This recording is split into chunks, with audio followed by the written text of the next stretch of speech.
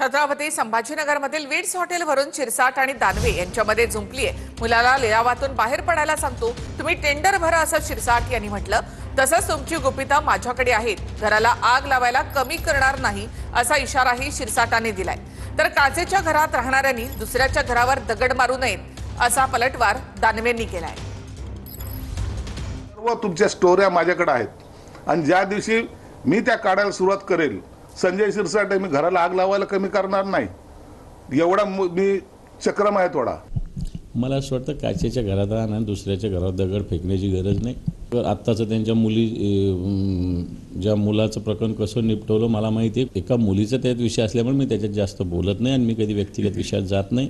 आज माझ्या मुलांना आणि त्याच्या साथी पार्टनरना सांगतोय, विड्रॉ व्हा त्याच्यातून।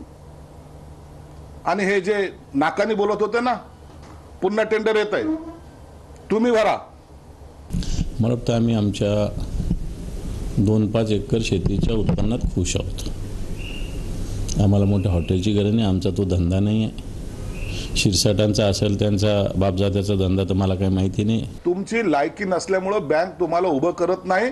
संजय शिरसाट कधी बँकेच्या दारात गेला नाही, पण लोन देणारे माझ्या दारात येऊन मला लोन देतात। इथं जिथं बसलोय ना, 5 कोटी रुपयाची फाईल त्यांनी सिग्नेचर केली मी बँकेची लोनची। धुळ्यात भास्कर वाघचं पण असंच प्रकरण होतं, हर्षद मेहताचं पण असंच प्रकरण आहे बँकांचं। तुमच्या माहिती सो सांगतो, शेतकऱ्याला लाख रुपयाचं कर्ज का नाही देत ती बँक? हरामखोर कोणती जी असेल ती बँक। मुद्दा हाच आहे ना की तुम्ही तुमच्या पॉवरचा सरकारचा वापर याच्या कामासाठी करताय।